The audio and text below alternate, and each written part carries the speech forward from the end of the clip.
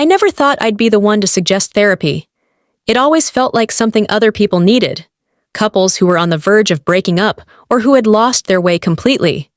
We weren't like that, or at least I told myself we weren't. We had problems, sure, but who didn't? I thought we could talk through them, ignore them, or let time smooth over the rough edges like it always had. But last night changed something. It started as a small disagreement, something trivial that shouldn't have mattered. I don't even remember the exact words that set it off, but I remember how quickly it escalated, how the frustration that had been bubbling beneath the surface for weeks, maybe months, exploded into something we couldn't control. I remember the way her voice wavered, how her shoulders tensed as she fought back tears. She wasn't yelling anymore. She had given up on that. She just stood there, shaking her head like she was trying to understand how we had gotten to this point. And then she said something that cut deeper than anything else. "I don't think you see me anymore."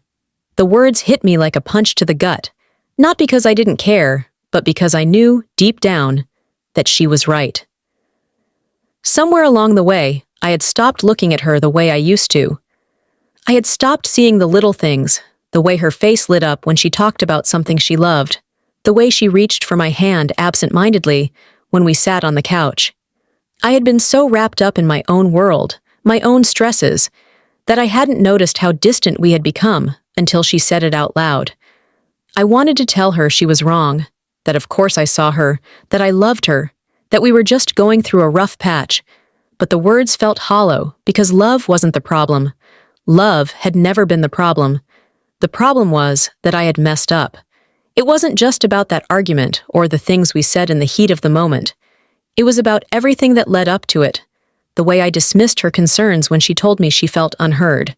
The way I assumed she would always be there, no matter how many times I failed to show up for her emotionally. It was about all the moments I had convinced myself that I was doing enough, when, in reality, I was barely trying. I sat in silence for a long time, trying to find the right words, but nothing seemed good enough. Apologizing felt empty, because it wasn't just one mistake that needed fixing.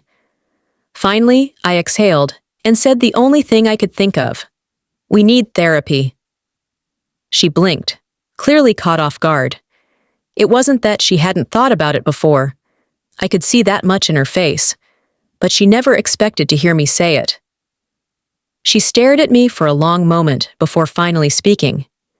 "You think I need therapy?" "No," I said quickly, shaking my head. "It's not just you, it's both of us." Something shifted in her expression then, something subtle but important.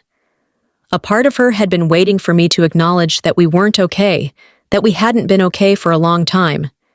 And maybe, just maybe, hearing me say it out loud meant we still had a chance.